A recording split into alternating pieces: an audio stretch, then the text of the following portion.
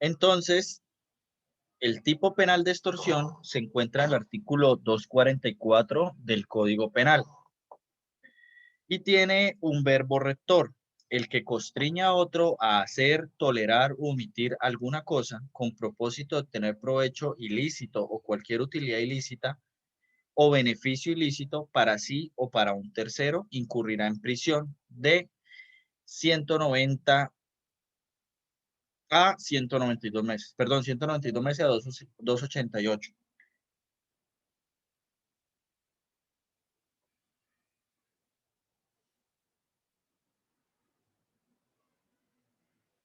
Acá tenemos una cosa muy interesante en este tipo penal y es una dualidad de verbos. ¿Alguien me puede decir qué es lo que encuentra acá y por qué hay una dualidad de verbos? Profe, sería por el verbo de constriñir y el de tolerar, porque uno hace referencia a aceptar y el otro es como a agredir o dañar. Sí, pero ¿quién debe constreñir? ¿El El, sujeto activo o pasivo? el sujeto activo. ¿Y quién debe hacer, tolerar o omitir? ¿El sujeto activo o el sujeto pasivo?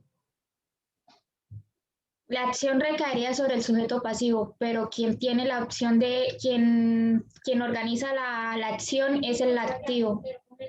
Claro, pero constreñir lo tiene que hacer el sujeto activo y el sujeto pasivo tiene que hacer también un verbo rector, ya sea hacer, tolerar, omitir.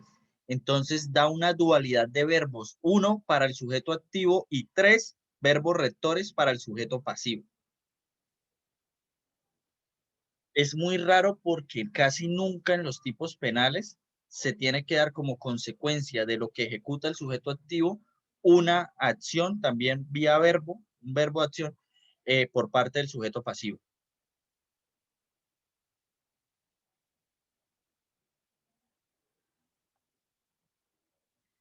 El tipo penal de extorsión señala que el delito es cometido cuando se constriña a otra persona a hacer, tolerar o omitir algún tipo de acto que vaya en beneficio del sujeto activo y en perjuicio del patrimonio de la víctima.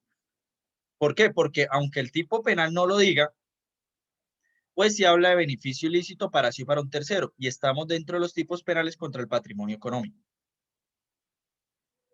Ahora, sin que haya obligación o necesidad de que medie la suscripción de algún tipo de documento, pero teniendo en cuenta que no será suficiente la sola acción amenazante, sino que se requiere que sea idónea para lograr ese constreñimiento. Por eso le estoy diciendo, yo puedo llegar a constreñir a Juliet, pero si no es idóneo para lograr eso, pues no puedo llegar a establecer el tipo penal.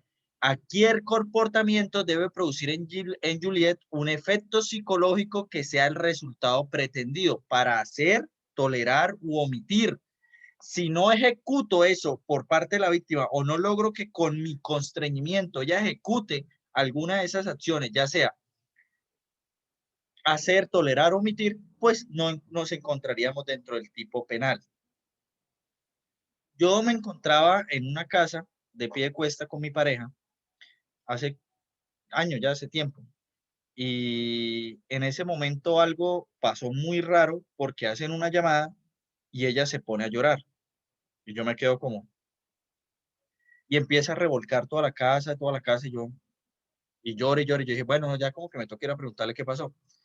Bueno, ¿qué es lo que te pasa? Y ella llega y me dice, no, es que me llamaron, que mi mamá está presa, la fiscalía la tiene, que ella se robó 25 millones, que están acá en la casa, que ahorita vienen por ellos y van a pasar para recogerlo. Y yo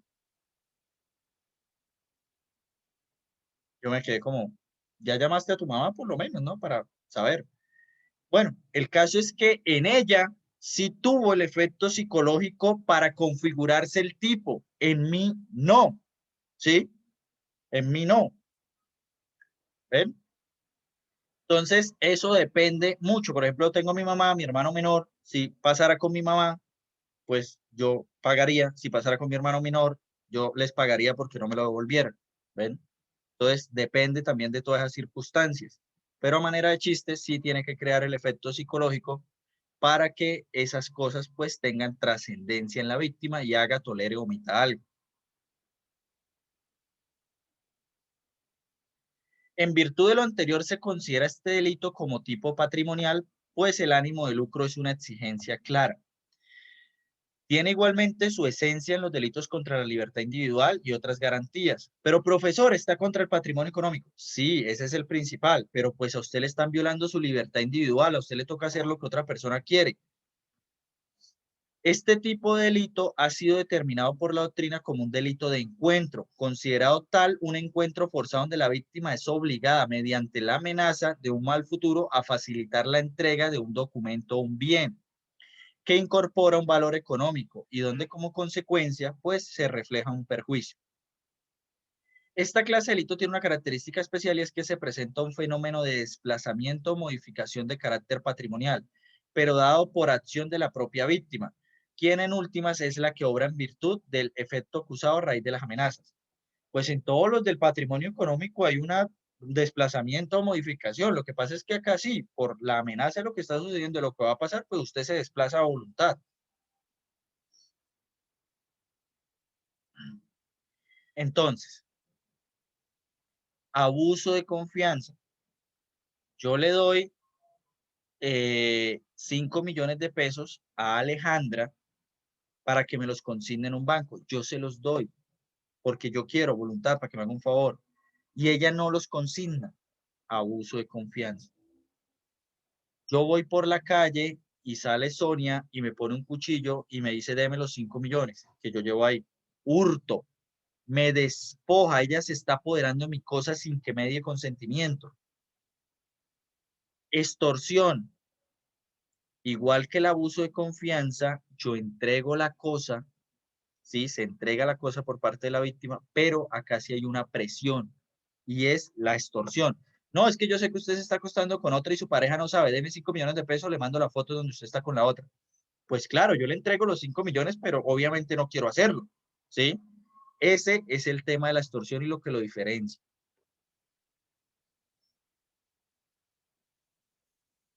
¿Sí? ¿Me hice entender con esos tres?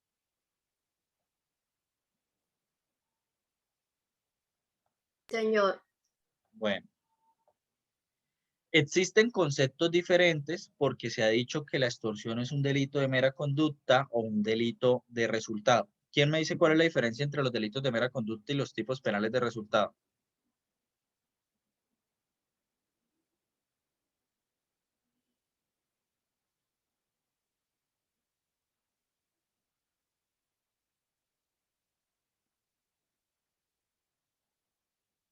¿Qué es un tipo penal de mera conducta y qué es un tipo penal de resultado?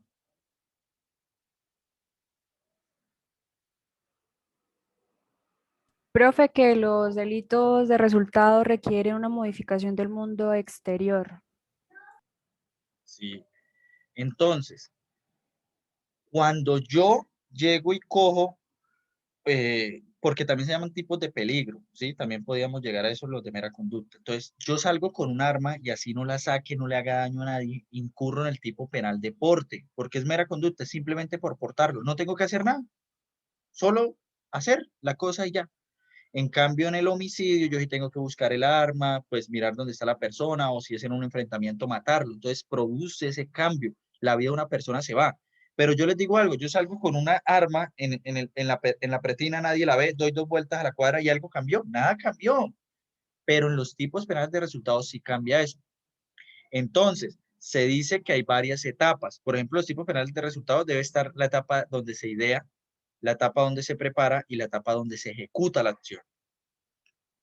Entonces, el resultado, en este caso, se refleja cuando la víctima hace, tolera u omite. Es increíble porque en el tipo penal de hurto, ¿cuándo es el resultado? Cuando el victimario le quita a la víctima. En el tipo penal de homicidio, ¿cuándo? Cuando el victimario quita a la víctima. Pero acá el resultado se refleja es cuando la víctima hace, tolera u omite algo en perjuicio de su propio patrimonio.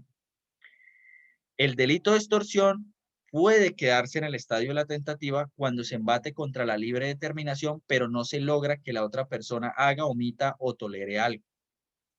Pregunta, ¿los tipos penales de mera conducta pueden ser tentados?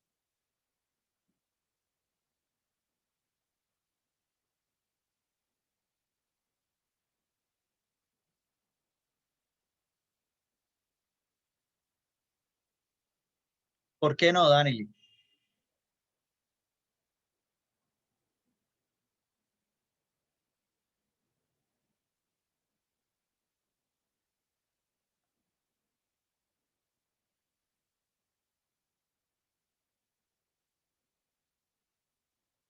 Sí, pero más que ya se planeó la acción, es lo siguiente. La tentativa está en un escenario donde se preparó y se ejecuta la acción. Yo cojo un revólver, me acerco, veo a Daniela o a Sonia, les pego 3 tiros, o así no se los peguen, les pasan por el lado, es tentativa porque ejecuto, hago todo lo posible por matarle y no se muere. En cambio, en los tipos de mera conducta yo no hago nada, ejecuto la conducta y ya, ¿sí? Entonces no se quedan en el escenario de la tentativa. Los de resultados sí. ¿Por qué? Porque ejecuto todo, hago todo lo posible, lo logro y tal, y no se muere, no se muere, no se muere. Entonces, tentativa, ¿sí? ¿Por qué? Porque el resultado no se produce. ¿Y en cuáles tipos penales hay resultado? Pues en los de resultado, en los de mera conducta no hay. Entonces, la tentativa es para los tipos penales de resultado.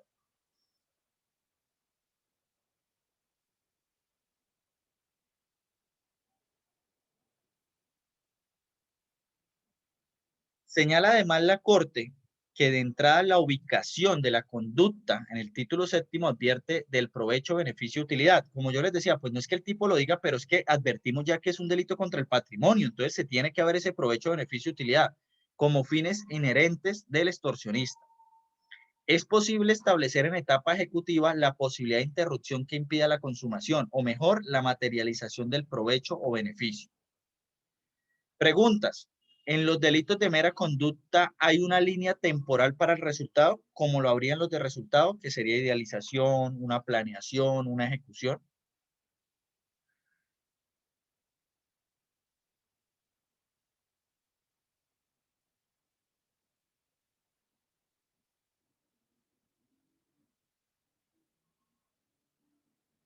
No. Como dice Dani, no habría, porque en el momento en el que usted porta el arma ya está de una vez el delito dándose. No necesita un resultado, ya está la configuración del tipo penal.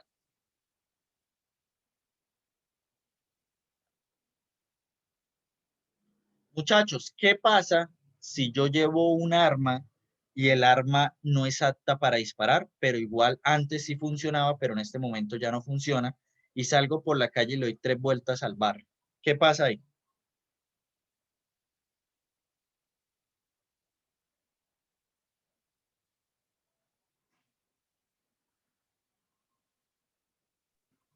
Es un delito imposible, profe.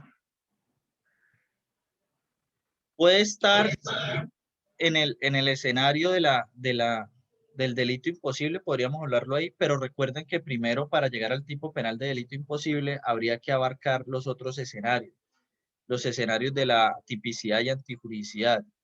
Y el mismo tipo penal nos habla lo siguiente, lo podemos descartar desde el bien jurídico. Nos dice pues que quien porte un arma, ya sea uso privativo o uso simple, pues las armas deben tener una aptitud para causar daño. Y como se está protegiendo la seguridad pública, ¿sí? La seguridad de todos los que estamos viviendo acá de la sociedad, pues yo no puedo poner en peligro esa sociedad si el arma no sirve para nada, ¿sí? Entonces el bien jurídico no se ve afectado, el arma tiene que poder producir un daño. El tipo penal requiere siempre para su estructuración una parte que se conoce como subjetiva. Esto no es más que poder determinar. El delito de extorsión, pues, es doloso porque no dice culposo, entonces una persona que extorsione con culpa, pues no podrá incurrir en el tipo penal. El problema es que ¿quién extorsiona con culpa? Nadie. O sea, como, hola, oye, yo tengo las fotos contigo de que te acuestas con tu moza, pues me gustaría que me consignaras tanta plata a mi cuenta. No, yo no sé en qué momento se puede dar una extorsión culposa, pero tengo mis dudas de que eso se pueda llegar a dar, ¿no? Como que lo mato, pero pasito.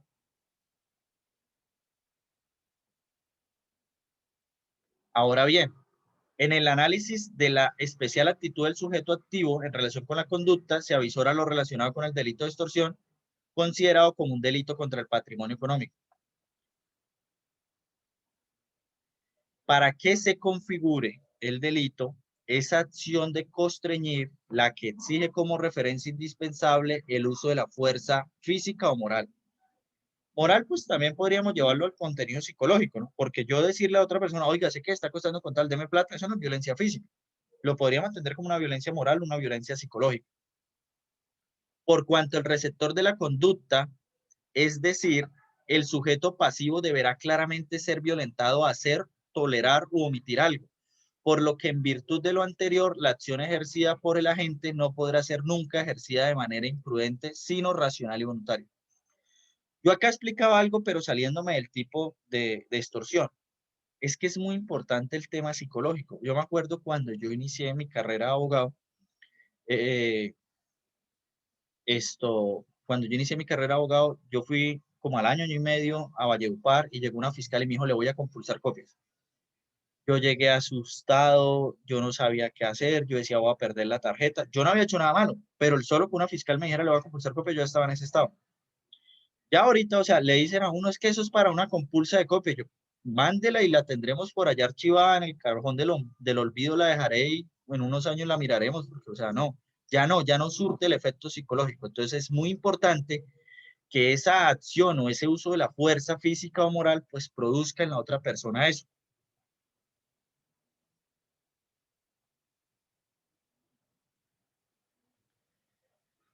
El sujeto activo sería monosubjetivo, plurisubjetivo, singular, indeterminado, puede ser cualquier persona. Pues cualquier persona podría estar incurso en esto. Podrían ser varios sujetos, puede ser uno solo. Esto sería un aspecto de la coautoría o de la participación. El sujeto activo de este delito es aquel que se encarga de constreñir y obligar la voluntad del sujeto pasivo. Regálame.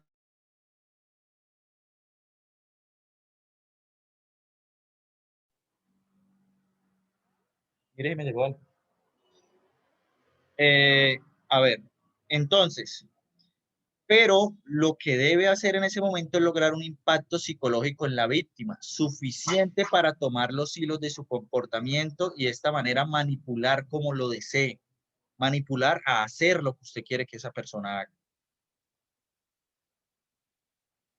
El sujeto pasivo de la conducta de la extorsión es aquella persona sobre quien se ejerce esa violencia física o psicológica, buscando quebrantar su voluntad y así acceder a las exigencias de tipo económica en perjuicio del patrimonio del titular.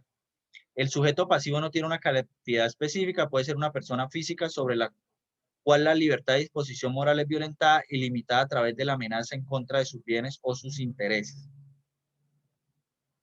¿Alguien se vio la audiencia Uribe?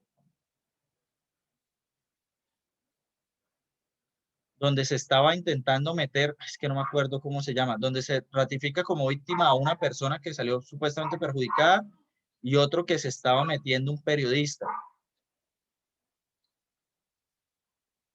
¿Nadie se la vio? Bueno. Sí, profe, que quería meter era Daniel Coronel, me parece, y la Dayane, la que era la mujer De Yanira. del testigo, de Yanira, eso, sí. Bueno, entonces, pero miren, sí, profe, sinceramente, ese abogado Granado es también muy pepo, muchísimo, la verdad. O sea, él se sale por la tangente, pero con la ley. O sea, todo lo que él se sale es con la ley, ¿sí me entiende? O sea, es muy bueno ese abogado, sinceramente. es que siempre hay posturas y ustedes deben aprender a tener posturas. Por ejemplo, lo que dice Cristian es muy importante. ¿Cómo es posible que sujetos pasivos que no fueron de la conducta, porque está investigando acá la compra de testigos para el caso del senador Iván Cepeda, cómo es que se vincula de Yanira? Y de Yanira se vincula como un perjudicado dentro de ese proceso, porque también ahorita se ha permitido que esas personas se vinculen a las actuaciones procesales, no como sujetos pasivos, sino como esa figura. ¿Por qué? Porque yo les quiero poner un ejemplo del tipo penal de extorsión. ¿Qué pasa si Luisa tiene una empresa, pero la contadora de Luisa es Alejandra? Y yo llamo a Alejandra y le digo, Alejandra, yo tengo las fotos de usted haciendo una determinada cosa, quiero que me consigne 15 millones de pesos de la empresa de Luisa.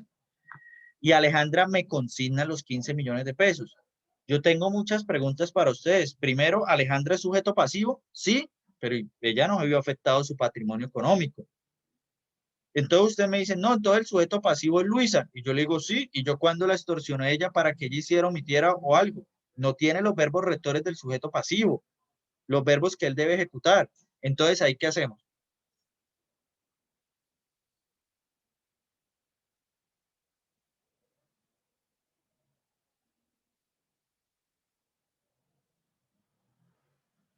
Profe, su merced nos decía que en el sujeto pasivo pues se debe ubicar primero el bien jurídico y entonces deducir quién es el dueño del bien jurídico. Entonces, en este caso, si el patrimonio es de Luisa y es el bien jurídico que se ve afectado, entonces el sujeto pasivo sería Luisa. Es que ahí viene un problema grande porque es que la voluntad que se ve viciada es la de Alejandra. Ahí una forma en la que ustedes pueden hacer eso es informar que pues a Alejandra le tocaría, la más fácil de sacarle es que a Alejandra le toca pagar obviamente los 15 millones de la empresa, ¿sí? Pero ahí vendría de pronto un eximente también de responsabilidad a ella. Pero esa sería la más fácil en un tipo penal para que la vinculen a ella directamente como la persona a la que la extorsionaron y aparte de esa la que pierde el patrimonio económico. Porque si no les digo, bajo la otra figura tocaría vincularla a una como sujeto pasivo y a la otra como perjudicado. Espérenme un segundo.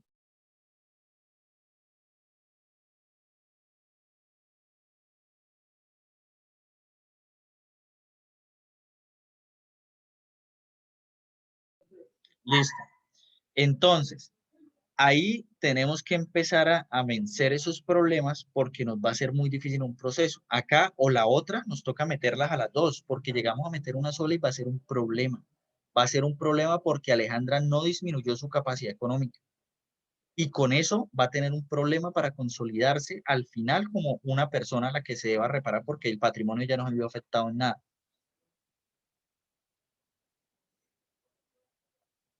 Verbo rector significa el constreñir como imponer o apretar. Hace referencia a obligar a una persona a que realice cualquier tipo de acto fuera de su voluntad. Sugiere oprimir, apretar, asediar al sujeto. El constreñimiento se define, segundo que me escribieron al chat,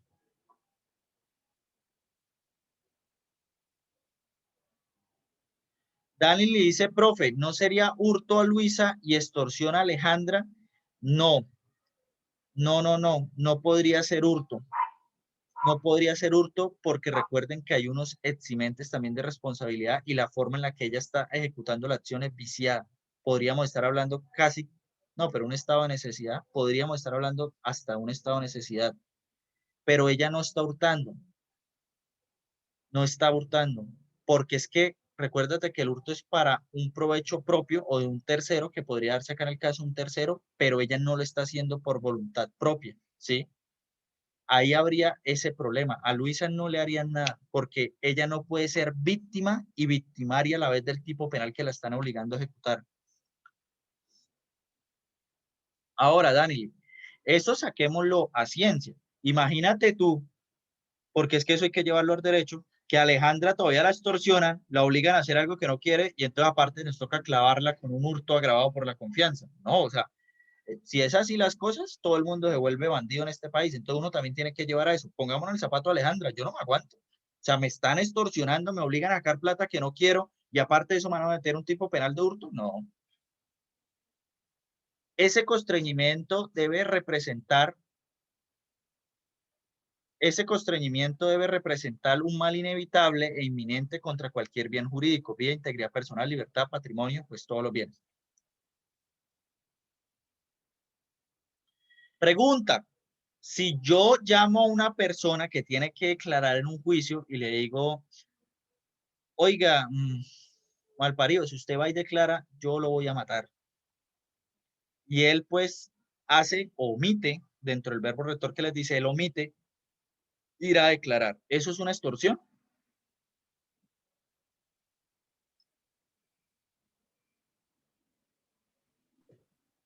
Como una coacción. ¿Por qué? Una extorsión. Una amenaza. Lo está coaccionando, sí, o sea, eso ya es como una amenaza, sí. No Pero, una extorsión. pero esperen porque hay un problema. Amenaza sí, el problema es que recuerden que la amenaza es cuando le digo, lo voy a matar, pero es que acá la amenaza es para que él ejecute una acción, No, sí, acción, sí. omitir o eso. Es diferente, ¿sí? En eso que plantea, por ejemplo, Dani. Hay unos tipos penales dentro de los juicios, podríamos hablar de fraude procesal, podríamos entrar a otras cosas. El tema de hay un tipo penal para los testigos para este problema en específico. ¿Cuál es el punto? Que esto sí podría ser extorsión y no podría ser extorsión. Porque si es un proceso donde se esté hablando de patrimonio económico y la persona que no va a ir a declarar va a verse afectado patrimonio, podríamos hablar. Pero si es para un tema penal, no podría ser extorsión porque a nadie le está afectando un patrimonio económico. Y recuerden que siempre hay que iniciar por el bien jurídico. Pues si no lo van a declarar de una persona que vio un homicidio, pues hay extorsión. No, no se está afectando el patrimonio económico, se estará afectando la administración de justicia, ¿sí? Se estará incurriendo en alguna falsedad, ¿sí? Se estará incurriendo en la falta del deber legal que uno tiene de ir a declarar.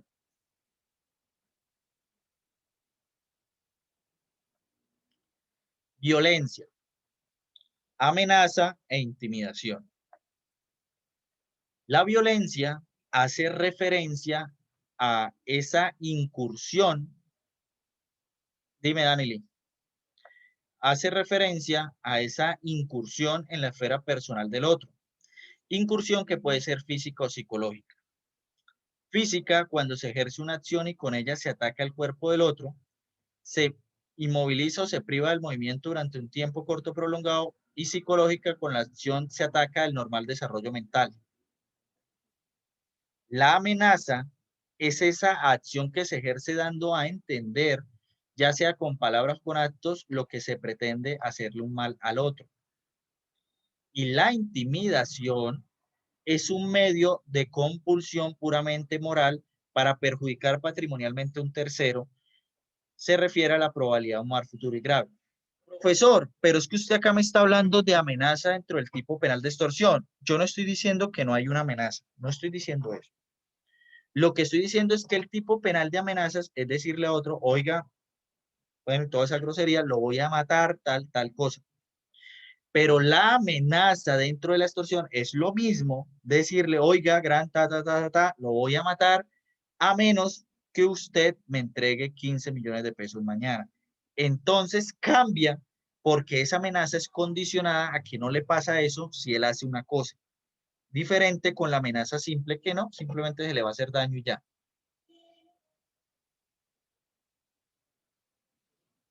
Si bien es cierto el verbo rector está dado por la expresión constreñir, como les decía, del sujeto activo, este constreñimiento está dirigido a hacer, tolerar, omitir, por lo que se hace necesario establecer la connotación de cada una de las acciones exigidas. Entonces vamos a hablar de esas tres palabras.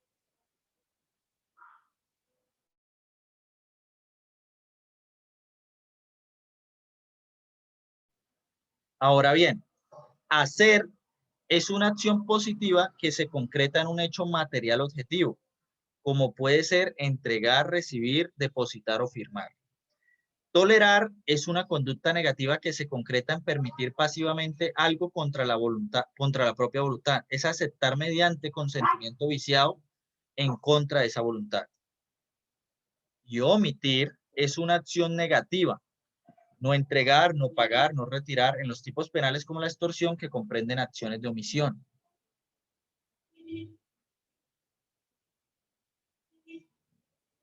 Jurídicamente, el delito de extorsión es un delito contra la propiedad donde se afecta la libertad de determinación de la víctima. Por ende, se marca dentro de los delitos por la jurisprudencia y la doctrina como pluriofensivos.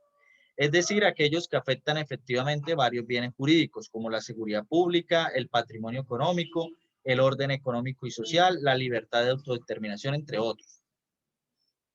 Pero siempre el el bien jurídico a proteger tiene como primario y predominante el del patrimonio económico. Pregunta: si constriño a una persona de escasos recursos para que me dé 1.000 millones de pesos, ¿habría la posibilidad de lograr el tipo penal o es un tipo penal o es un delito imposible?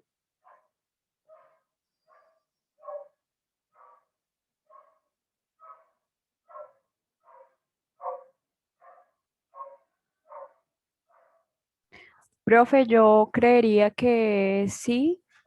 Pues es el ejemplo que su merced colocaba de la empresa de Luisa y que Alejandra entregaba los 15 millones. No necesariamente tienen que salir de su patrimonio. Sí, y aparte de eso, recuerden que siempre inician pidiendo 1.000, 2.000 millones y terminan dejando eso como en 100 o 200. Entonces sí se podría dar igual y no podríamos entrar ante la teoría del delito imposible. Dani le pregunta, por ejemplo, si en un caso penal la persona debe probar que no sabía que al mandar a hacer un documento se lo iban a realizar falso, pero el mandado a un tercero para que no se le condene debe dar pruebas sobre quién fue ese tercero que llevó los documentos para que los hiciera, pero este tercero lo puede mandar a matar y por ende esto no va a dar pruebas. ¿Cómo se declara al no tener pruebas? Espere, por ejemplo, si no caso penal la persona.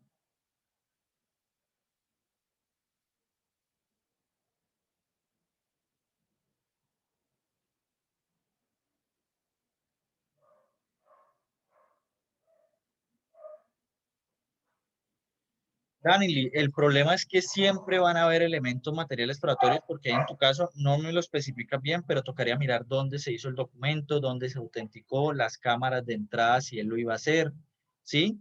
Puedes tomar videocámara, puedes tomar testigos que encontraran en ese momento, la celadora que lo vio entrar. Hay muchas formas probatorias. Lo que uno necesita ahí es tener un buen investigador que le haga esa línea. Si no se sabe el lugar y eso, o sea, va a ser muy difícil. Las llamadas que se hicieron de pronto, también se podría hacer con eso. Otro testimonio, llamar de pronto a las empresas de telefonía para que les digan cuál es el número, a nombre de quién estaban los números de los que se llamaron. Todo eso se podría hacer.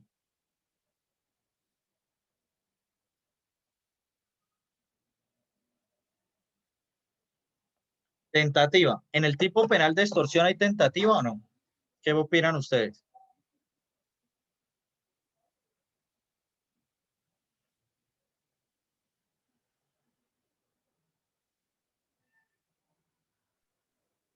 Sí, claro, profe, porque pues, digámoslo así, que lo de las fotos, que tuvieron unas fotos y eso, pero, y le dijeron que, bueno, que me pasara tanta dinero si no le subía las fotos a las redes sociales, pero puede ser que él dijo que no, pero se les perdió las fotos, o sea, al que van a extorsionar dijo que no iba a dar plata y van a subir las fotos y se les perdió. Aún así no quedaría como tentativa. Sí. El hecho es que, acá llego y les digo, lo que transforma el mundo exterior, como nos lo decía Luisa, un hecho es que la persona haga, omita o tolere algo. Entonces significa que el momento consumativo del delito presenta un doble aspecto. Primero, el constreñimiento a la víctima, resultado de la conducta ejercida, y el comportamiento de la misma víctima donde manifieste un acto sobre sus bienes, ¿sí? Teniendo presente el bien jurídico que sería en este momento el patrimonio económico. Entonces, el escenario de la tentativa queda en el momento en el que la persona no haga, no tolere eso, aunque esté todo dado para hacerlo. Yo tengo una pregunta. ¿Qué pasa si Luisa está siendo extorsionada por mí, pero ella horas antes de la extorsión llama a la policía se acerca con Luisa y le dice, ¿qué está pasando? Toca entregar el dinero en tal lado. Entonces la policía le dice, listo, entréguelo, vaya, entréguelo. Luisa llega al lugar, lo entrega y antes de que se lo pueda dar a la persona, ¡zum!, llega la policía y lo captura. Ya vengo, voy a ir a traer un vasito de agua. Piensen ahí mientras tanto el ejemplo.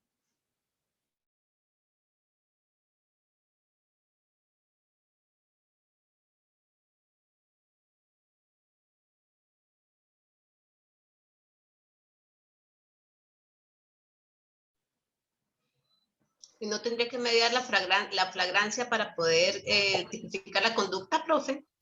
No sé, flagrancia y lo capturan Sí, recibiendo. Es más, lo dejan recibir y luego lo capturan. sí, profe, él cometió de todas formas cometió la conducta. Profe, esto, bueno, hubo la Espere, Luisa, espera antes de que me respondas y vas tú de una vez. Ustedes son los defensores de él. No me pongan acá a decirme que sí lo hay o que no. Actúen desde defiéndanlo, no importa cómo, tienen que sacarlo. Pongan un argumento para sacarlo a él. ¿Por qué? Porque es que ustedes siempre se están poniendo en la posición de si hay delito, si hay delito, si hay delito y no están haciendo el ejercicio que es al revés. Miren cómo lo defienden. Dime, Luisa. profe, si hubo una ejecución del constreñimiento, pero no surtió ese efecto en la víctima. Pero ella sí está entregando el dinero. Pero después se lo devolvieron, no hubo una afectación al patrimonio. Claro, por un instante sí. Por eso es tentado. Recuerda que el tentado no lleva al final. Por ejemplo, entonces en el homicidio tentado no habría homicidio tentado porque la persona no murió, no habría una afectación a la vida. No, ese es el riesgo, que se hace todo para que se afecte, pero no se afecte.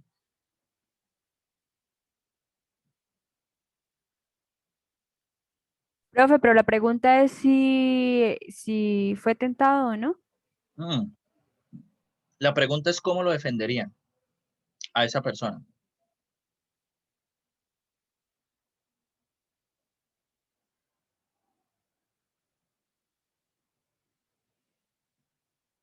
Profe, que no obtuvo ningún provecho o beneficio.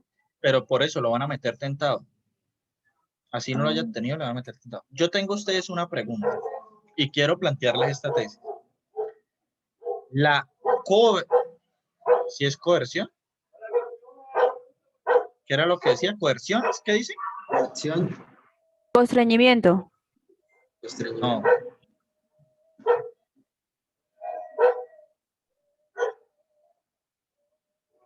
constreñir, sí, perdón, listo.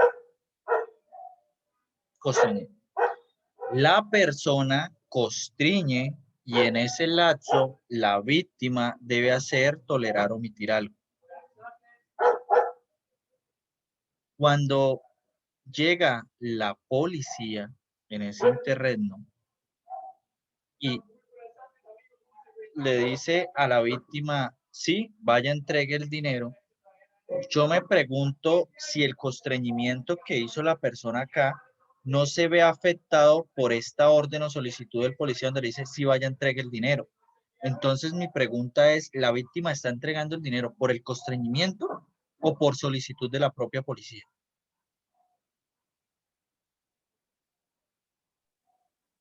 Por solicitud Pues de la hay una- policía. Sí,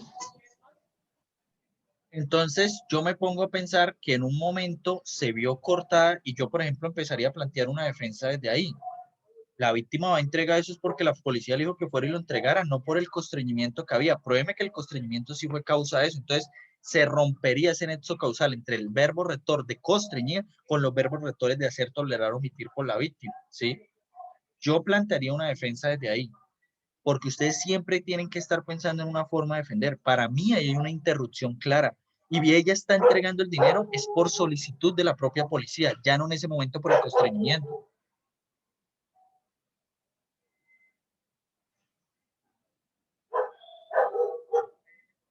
Tenemos entonces un constreñimiento, una voluntad del sujeto pasivo que se ve doblegada, la intención de este de hacer, tolerar, omitir, porque su voluntad está obligada y al final pues realiza la acción de hacer, tolerar, omitir.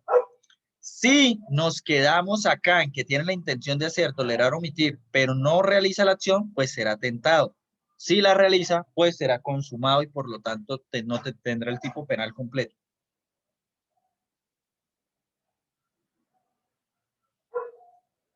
Se estaría ante la consumación del delito cuando la conducta del sujeto agente ha agotado de manera total las circunstancias objetivas y subjetivas que la norma penal ha previsto en ello. Esa víctima obligada en virtud de ese constreñimiento dispone de su patrimonio en perjuicio propio.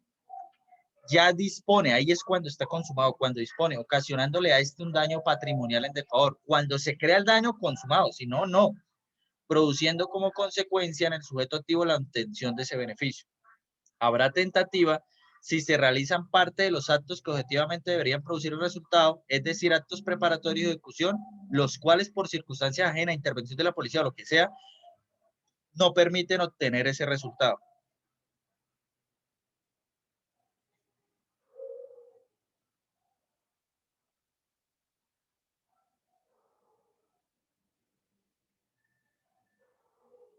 Yo tenía un ejemplo acá porque yo llegaba y decía, la policía ya lo tiene uno interceptado.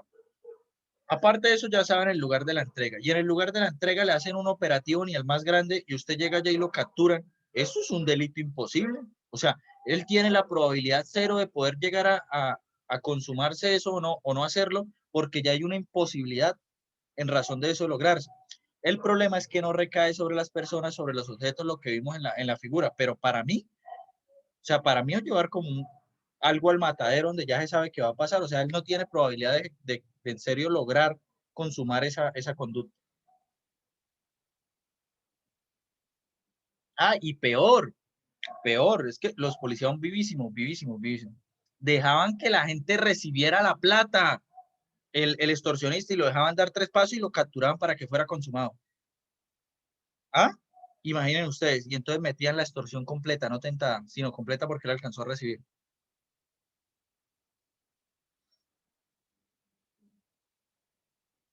Aunque es evidente que en la extorsión se socava la autonomía personal a través del constreñimiento hasta la aniquilación de la voluntad, el bien jurídico principal tutelado es el patrimonio económico.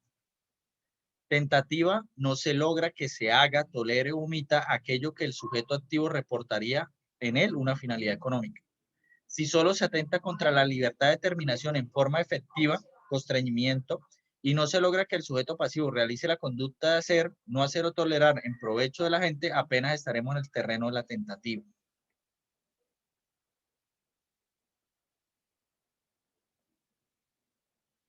Hay que hacer una diferenciación entre el delito de extorsión y el delito de hurto por la violencia.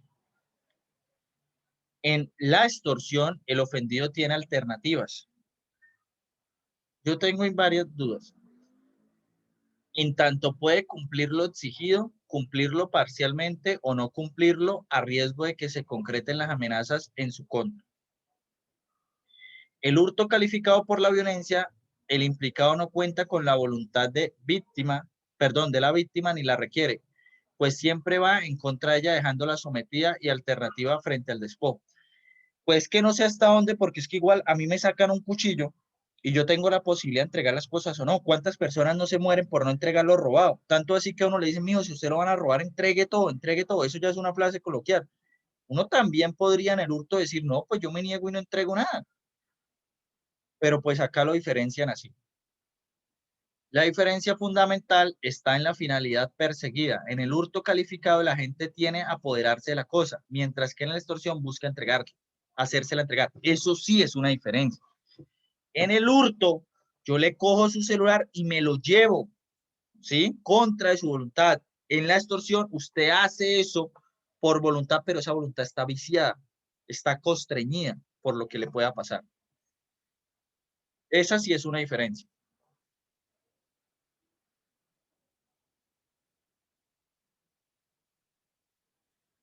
Entonces, también otra cosa para diferenciar los dos es la línea temporal. Yo me acerco a Sonia y le digo mediante la violencia con un cuchillo y la golpeo, le digo, entrégueme las cosas, ella las saca, yo se las quito, no tiene la voluntad y la despojo. ¿Eso en cuánto tiempo pasa? En esto. O sea, los ladrones roban en 2-3 minutos. En cambio, en la extorsión, yo constriño, hago la llamada, digo, luego pasa un tiempo, la voluntad se empieza a doblegar, luego de eso hay una intención de hacer, tolerar, omitir, y al final realiza la acción. ¿Cuál es la acción? Que él mismo entrega, pero en eso pasa un transcurso de tiempo mucho más amplio que el transcurso de tiempo en el tipo penal de hurto agravado por la violencia. ¿Este es calificado? Esperen. Calificado, perdón, por la violencia. ¿Preguntas hasta acá?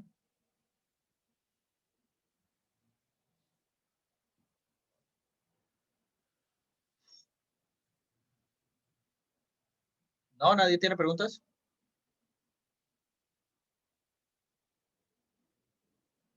Bueno. Hay exclusión de beneficios, no se pueden hacer acuerdos, no se pueden entregar beneficios subrogados en este tipo penal. Luego fue modificado por la ley 26 del 11, pero artículo 26 de la ley 1121 del 2006. Y acá a mí me surge una duda grandísima, porque ¿cuál es el derecho que prima sobre todos en Colombia? ¿Cuál es el derecho fundamental que está en mayor rango por encima de todo? El derecho a la vida. Y entonces, ¿por qué hay exclusión de beneficios para la extorsión, que es contra el patrimonio económico, y no en la vida, que es un bien mayor?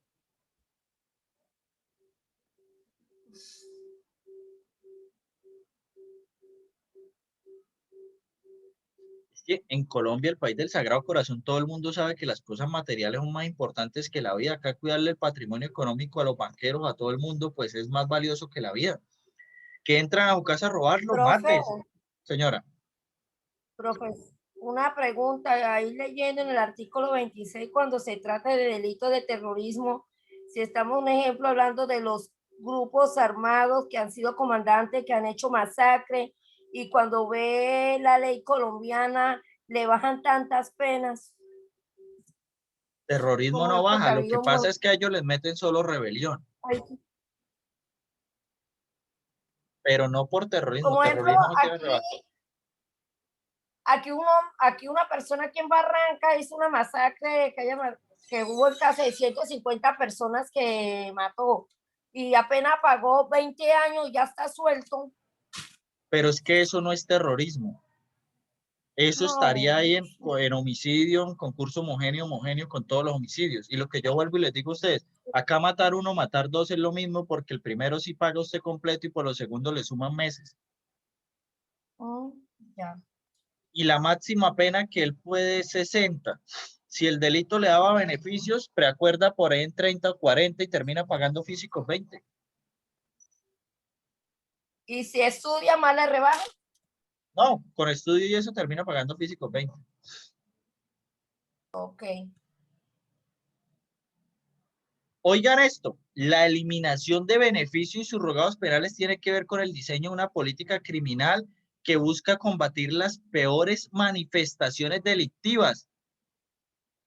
La extorsión es una peor manifestación delictiva que el gobernante que está allá y se roba el PAE para los niños que están comiendo y se mueren de hambre. O sea, es que acá tenemos un sentido de la cosa de qué está mal y qué no está mal. O sea, le extorsionan a un huevón 2 millones de pesos y tiene que pagar una persona 192 meses de prisión y acá llegan estos manes y se roban cuántos millones, los niños mueren de desnutrición y eso no importa, pague 7, 8 años, se acabó.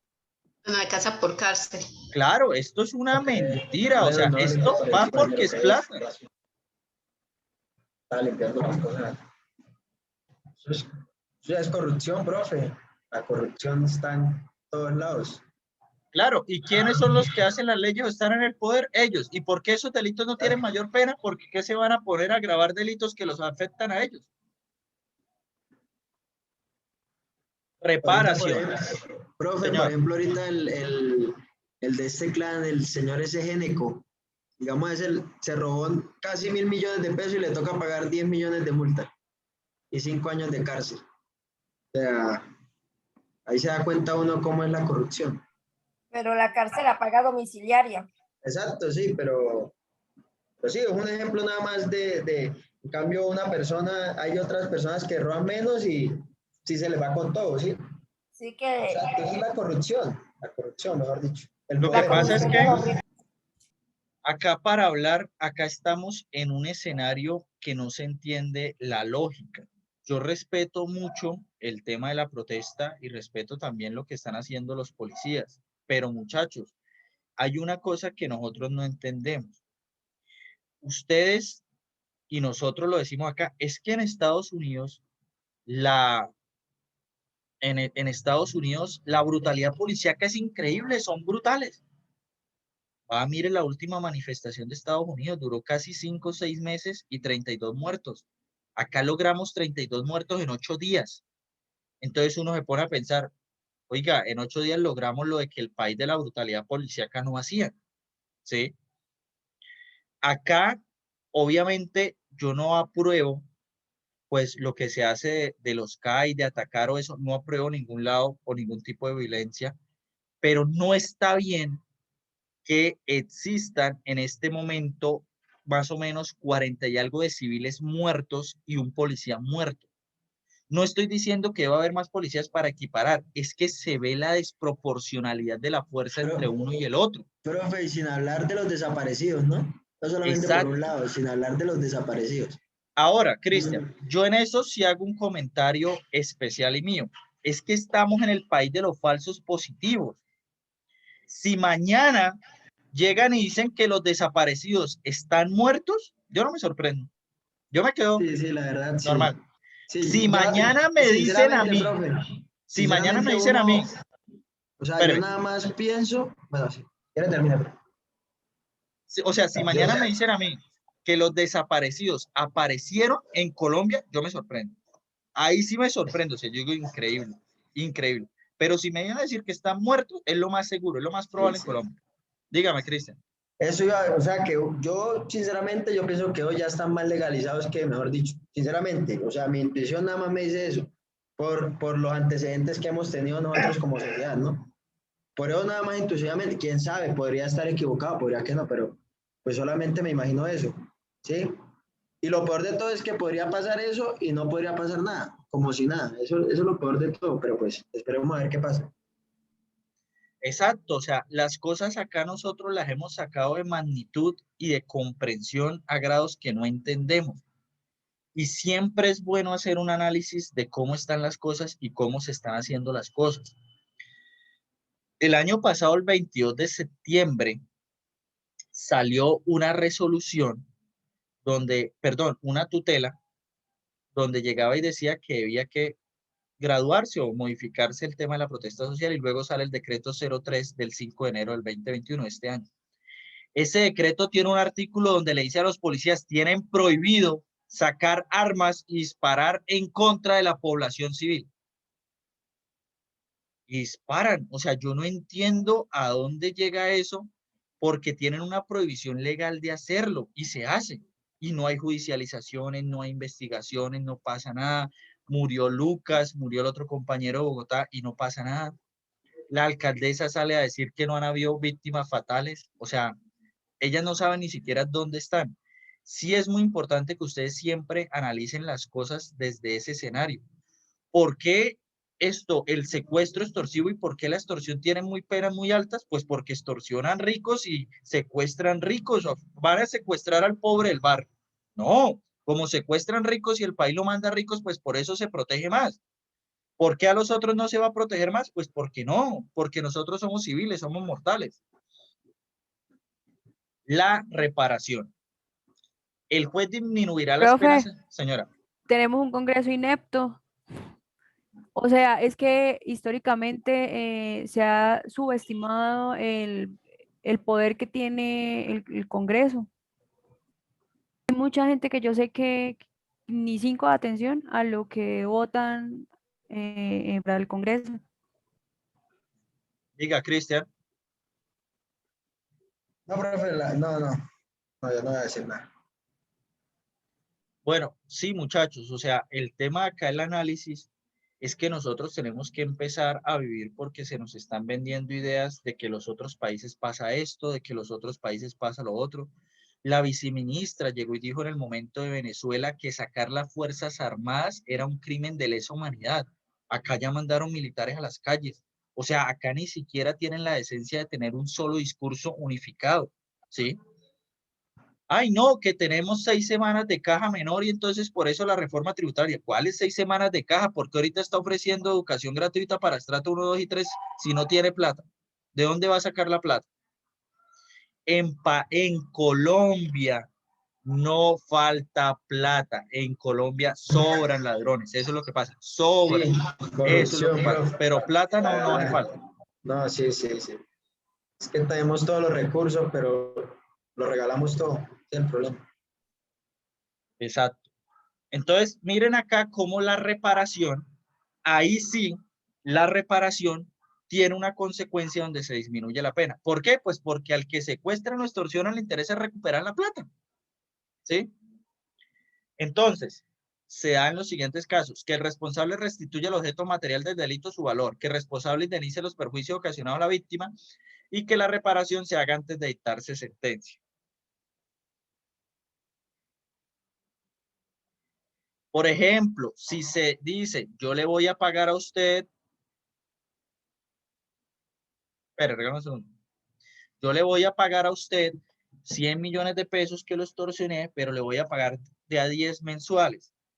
Esos pagos mensuales no pueden dejarse después de que la sentencia se dé, porque usted lo sentencian y le dan el beneficio de la reparación, perdón, no el beneficio, le dan esa disminución de la pena por reparar, y entonces luego usted no paga, no que ya tiene la sentencia y la sentencia no se puede echar para atrás. Entonces no, siempre se tiene que dejar hasta que haya el fallo esa sentencia de primera única instancia.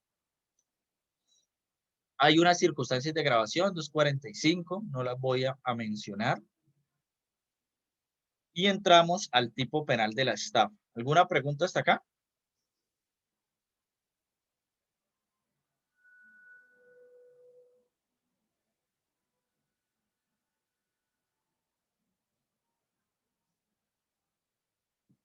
¿Alguna duda sobre el delito de extorsión?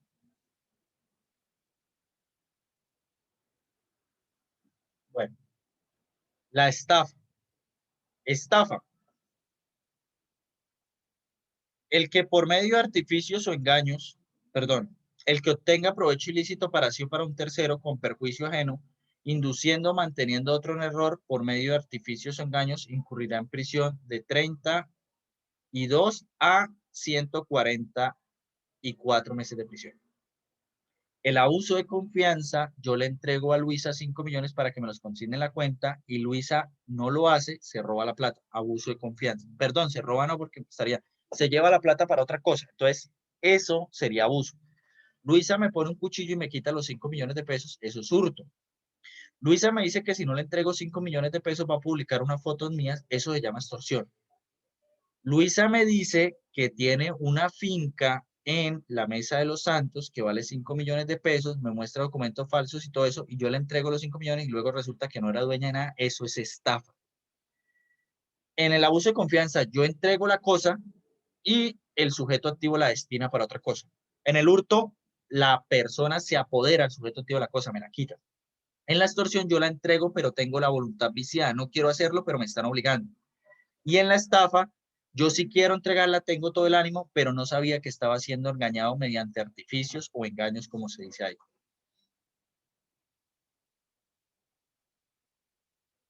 Pregunta, ¿la estafa recae sobre bienes muebles o inmuebles? El hurto, como nosotros ya lo vimos, no se pueden hurtar casas, ¿no?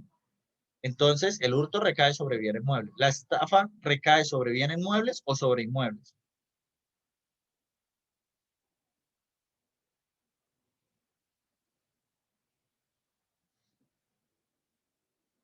Me parece que puede aplicar para los dos, profe. Exacto, puede ser para los dos. ¿Puede existir el delito de estafa si ocasiona un daño, pero no se crea un perjuicio?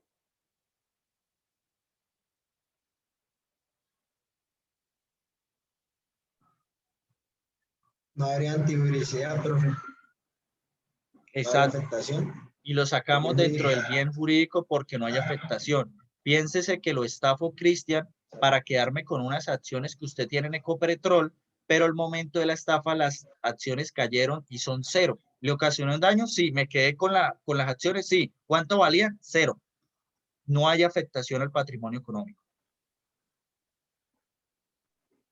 Si los engaños o artimañas que habla el artículo de estafa los utilizo dentro de un proceso para ganarlo, ¿eso sería una estafa?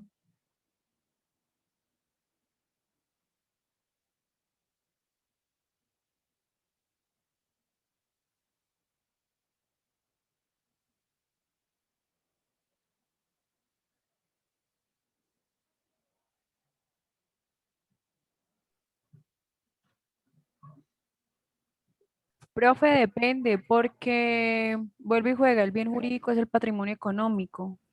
Entonces, con el ejemplo que usted colocaba ahorita sobre la extorsión, que si el proceso tiene que ver con la afectación del patrimonio económico, sí, si no, no. Bueno, ahí depende.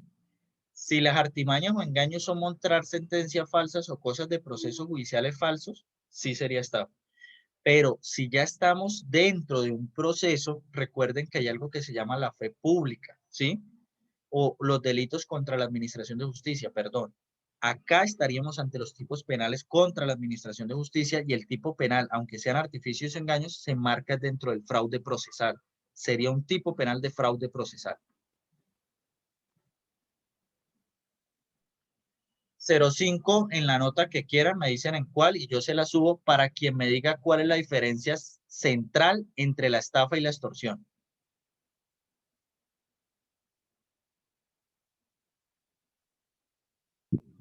Profe, pues Que en la extorsión usted está constriñendo a la persona, ¿sí? La está literalmente poniendo entre la espada y la pared. En cambio, usted en la estafa simplemente está engañando a la persona para que haga lo que usted quiere. O sea, Entonces, ¿usted cree que la diferencia recae en el sujeto pasivo o en el sujeto activo? en el activo, profe, porque él es el que hace la diferencia. Perdió el 0,5 al final porque él no hace la diferencia. Porque recuerden que en los tipos penales de resultado, el sujeto pasivo es el que determina eso. El sujeto pasivo es el que determina si el constreñimiento lo hizo hacer, omitir o tolerar una conducta, porque si no, no habría tipo penal, o si en la estafa efectivamente esos engaños y artimañas fueron los que lo llevaron a él a ejecutar la conducta y a entregar su patrimonio. Entonces siempre es en el sujeto pasivo y en el elemento cognitivo de él. Pero igual tiene 0,3, luego me recuerdo. Profe, pero entonces la conducta del sujeto activo es diferente. Claro, pero no es la principal diferencia, porque aunque la conducta sea diferente, quien determina lo que sucedió, siempre, como les he enseñado ahorita, es el sujeto pasivo. ¿Cómo, cómo es que esa persona pierde en ese primer momento su patrimonio económico y específicamente en la estafa y en la extorsión? ¿Por qué? Porque es que si ustedes me hablan a mí del abuso de confianza o del hurto, en el hurto sí es el sujeto activo quien se apropia, ¿sí? Le quita al otro, lo despoja, ahí en ese momento se consagra una vez, no necesita hacer nada la víctima, el sujeto pasivo si se sintió mal o nada de eso, no importa. Pero acá, como ya les había explicado, es preponderante saber qué es lo que pasó por el sujeto pasivo en ese momento, lo que sucedía en su mente. Entonces, acá a diferencia del apoderamiento en el hurto, sí debo saber si la persona hizo, toleró, omitió algo en razón de ese constreñimiento o si la persona ejecutó unos actos de desprendimiento de su patrimonio porque estaba engañada por determinados documentos, por determinadas acciones, por fraudes, por lo que hubiera dado falsedades. Entonces, en estos dos, sí la diferencia deben tomarla ahí. Obviamente, el sujeto activo debe ejecutar una conducta diferente, ¿sí? Pero es el desenlace en el sujeto pasivo el que crea efectivamente eso. ¿Sí? ¿Claro hasta ahí? Sí, profe.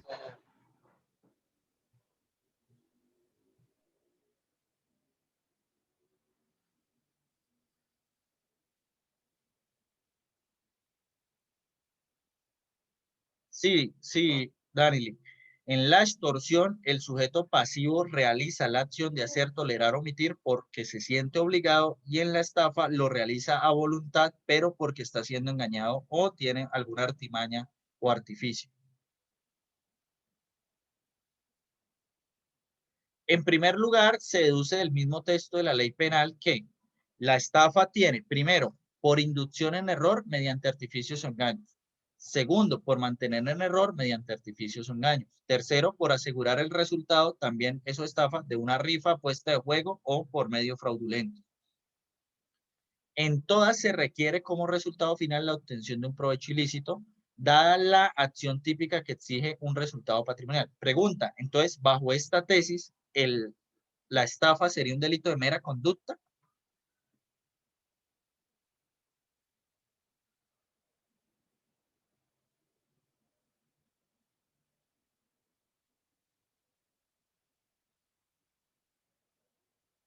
Profe, no, porque sí hubo una modificación. Exacto, no es un tipo penal de mera conducta, es un tipo penal de resultado porque hay una modificación, una persona obtiene un provecho y otra pues se ve disminuida su patrimonio. Por inducción en error mediante artificio de engaños. Primero, empleo un artificio de engaño por el autor con la finalidad de inducir error a una persona. Existencia de error en el inducido. ¿Ven? Importantísimo. Listo, yo puedo engañar a alguien, le puedo pasar cosas falsas, todo lo que yo quiera, pero tiene que existir en el sujeto pasivo una existencia de error como consecuencia de esa inducción. Lo mismo pasa en la extorsión. Tiene que existir en el sujeto pasivo unos verbos que él ejecute, hacer, tolerar, omitir. Entonces, acá se vuelve a que la víctima también tenga que tener una condición especial. Acto de disposición respecto al elemento patrimonial, perjuicio de una persona titular del patrimonio, como consecuencia pues se desplaza este patrimonio, y provecho correlativo de la estafa a lo que el tercero se vio perjudicado. ¿Qué es un artificio? Para efectos se ha definido como maniobra material ostensible, de modo que se identifica con la intromisión en escena o aparato externo, objetivamente externa, que crea un error. Las simples mentiras no bastan para configurar una estafa. En efecto, si alguien las cree, cúlpese a sí mismo. Eso ha pasado mucho. Y es lo siguiente. Yo le digo a Sonia, Sonia, te vendo esta casa. Sonia va y la ve. Y Sonia le dice, listo, se la compro. Yo le digo, 200 millones y hacemos escrituras. Y Sonia, bueno, listo. Y lo hacemos. Y luego resulta que la casa no era mía y Sonia dice, ay, estoy estafada. Y le van a decir quién la manda a no ir a buscarse el certificado de libertad y traición en instrumentos públicos y verificar que efectivamente sea la casa de él. ¿Sí? Entonces ahí uno llega y dice, no, pero venga, es que acá no es un artificio de engaño, o sea, ya es como que el vivo vive el bobo. Tampoco así, se pueden meter otros tipos penales, pero ahí habría un problema para tipificar la estafa, porque es que el artificio del engaño tiene que ser idóneo para producir a la otra en el error. Eso es un desconocimiento. Y como acá se dice, es un cúlpese a sí mismo. Engaño. En cambio, es una invención mentirosa y eficaz sin un acompañamiento externo tendiente a crear el error. Es decir, es un engaño basado en la veracidad. En Colombia, los dos se manejan como una misma cosa y son fenómenos equivalentes, expresivos en el fondo de la misma cosa. Consisten en todo medio habilidoso para transfigurar la verdad y se toman como sinónimos de astucia, doblez, ardidez, trampa, artimaña o maquinación. No sé por qué meten ahí astucia, creo que soy una persona astuta, pero no estafador. Entonces no sé, porque la astucia creo que tiene otro contenido. El hecho es que el artificio o el engaño debe ser idóneo, ¿sí? No cualquier artificio o cualquier engaño. ¿La levantaste? Sí, profe. Señora. Profe, una pregunta. Antes de que existiera el delito de captación ilegal de recursos, este señor David Murcia, la conducta que él tenía era estafa, porque él engañaba a la gente para que invirtieran en la pirámide. ¿Sí era estafa? Pero es que yo con David Murcia tengo un problema grande con el tipo penal de él y que él sí tenía razón en algo. Y es que él nunca dejó de pagarle a nadie. O sea, él nunca hubo una persona que sufriera un menoscabo en su patrimonio económico hasta que lo intervinieron. ¿Sí me hago entender, Ela? Es que él estaba desafiando al sistema financiero colombiano. Obviamente eso tenía que tener sus represalias. Y ahí era donde todo el mundo ya estaba sacando los ahorros por irse a invertir con él. Y obviamente era un negocio muy bueno y muy rentable. Sino que cuando ya se estalló todo eso y este señor empieza a incumplir, ¿ya sería una estafa, doctor? Pero es que eso es lo que yo vuelvo. Es cuando a él le bloquean las cuentas y todo lo que había empiezan a hacer que él no pudo cumplir.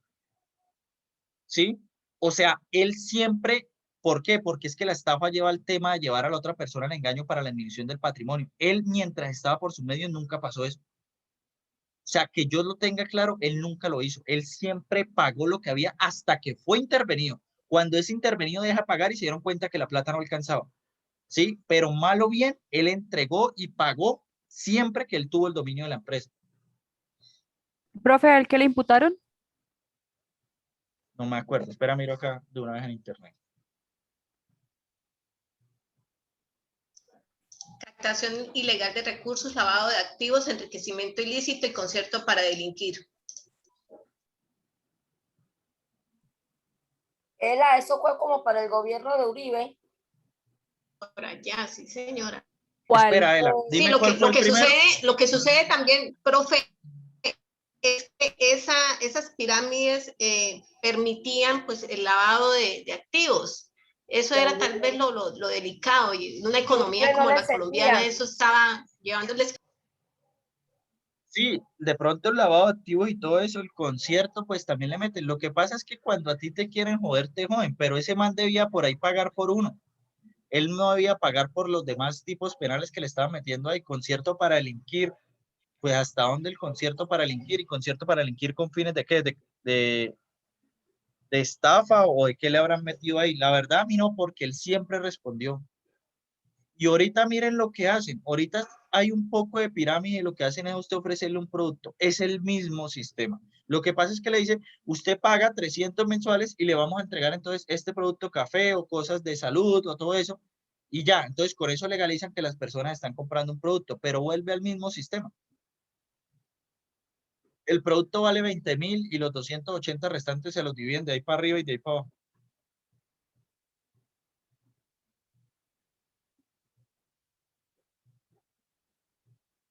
Ahora, surge entonces un imperativo para la correcta imputación del resultado en la estafa, es que exista un acto de disposición material o jurídica, la cual entraña una manifestación de voluntad que la persona efectúa.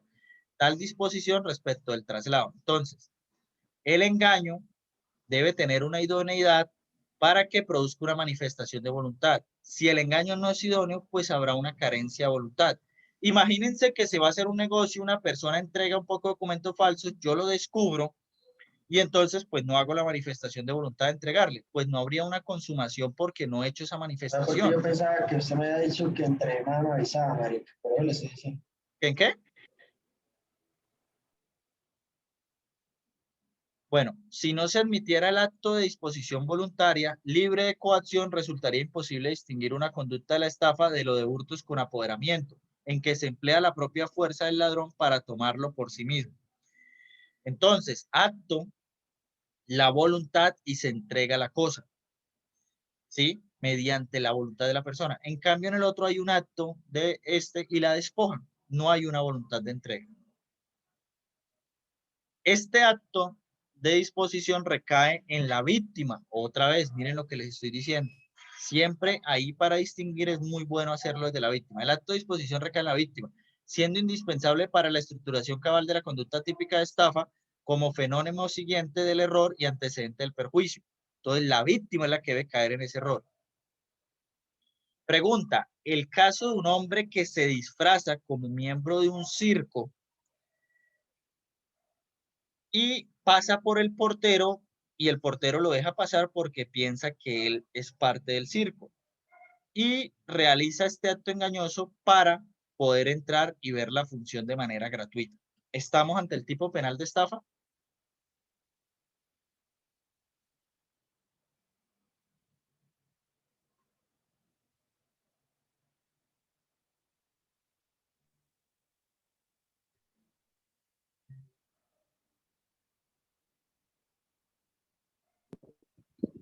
Profe, pues es que, digamos, si la entrada cuesta 5.000 pesos, ahí pues tocaría entrar a analizar si realmente se vio afectado el patrimonio. Sí, pero hay que hacer otro análisis más importante y es el siguiente. Un acto de disposición patrimonial del propietario del espectáculo. Acá en este momento no se puede imputar estafa porque la afectación patrimonial se deriva de una frustración de expectativa de recibir el pago. O sea, no se le está quitando plata al señor para incrementar el patrimonio de este. ¿Él vio incrementado su patrimonio? ¿El sujeto activo? No. ¿Por qué? Porque lo que se está en ese momento de lo que se está aprovechando es de una expectativa de poder cobrar la boleta, pero no como tal del patrimonio económico que él ya tiene. Se aprovecha uno de la expectativa. Entonces tenemos un acto engaño, el primero suficiente para lograr el objetivo, el segundo necesita un desprendimiento de ese patrimonio y ahí en ese caso no hay desprendimiento.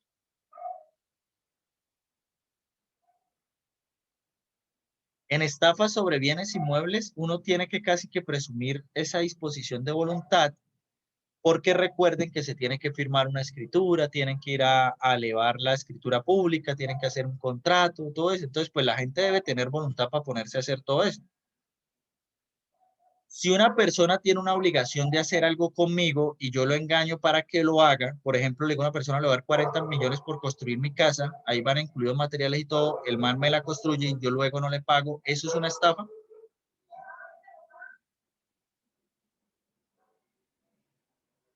Pues, profe, yo consideraría que sí, ¿Por qué? porque pues engaña a la persona prometiéndole un beneficio o un servicio, o sea, el pago por su trabajo, y pues esa persona tiene cierto grado de confianza en que así va a ser, aunque no haya pactado un contrato. Acá habría una discusión porque podríamos volver a tener el ejemplo anterior, a que es lo que tiene es una expectativa de ganarse eso. Pero para mí acá sí habría disminución del patrimonio económico porque, como les dije, se hace con materiales, esa persona tuvo que invertir dinero en sus materiales. Entonces hay una pérdida de esta en cuanto a ese quantum de los materiales y un incremento del otro, pues porque ahora tiene una casa construida con los materiales que yo pagué. Entonces hay una correlación entre lo que gasté en materiales y lo que él ha obtenido. Para mí sí habría estafa en ese caso. La ley exige que el provecho obtenido sea ilícito, con lo cual parecería descartar la posibilidad de la inducción en error para alguien que disponga el traslado de un bien que legítimamente debía entregar a su acreedor, sea considerado como una estafa. Entonces, si yo hago un negocio con alguien y esa persona me queda mal y no me entrega el inmueble, y yo luego hago actos engañosos y todo eso para que me entregue el inmueble que ya debía ser mío de por sí, perdón, pues no habría estafa, porque estoy consiguiendo algo que legalmente se me debía entregar. ¿Preguntas hasta ahí?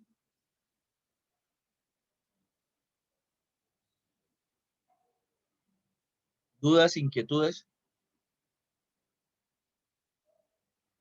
Si alguien falta algo por trabajo, me escribe esta semana que viene. Me pueden escribir desde el lunes festivo. Voy a empezar a mirar y voy a cuadrar el tema de las notas. Para la otra semana ya tengo eso listo. Ustedes ya tienen la tercera nota. Entonces quedamos así. No sé si tengan alguna pregunta, duda sobre lo que vimos hoy. No, profe, yo le quería pedir un favor. Es que estuve repasando las clases y hubo una que no quedó grabada o quedó grabada a la mitad, que fue como la del 27 de marzo, creo que fue. Entonces su merced nos dijo que la clase del semestre pasado nos la podía facilitar. Esa está ahí subida. En ese canal de YouTube está ahí subida. O sea, lo busco a su merced y ¿cómo busco la clase? Si tienen fechas.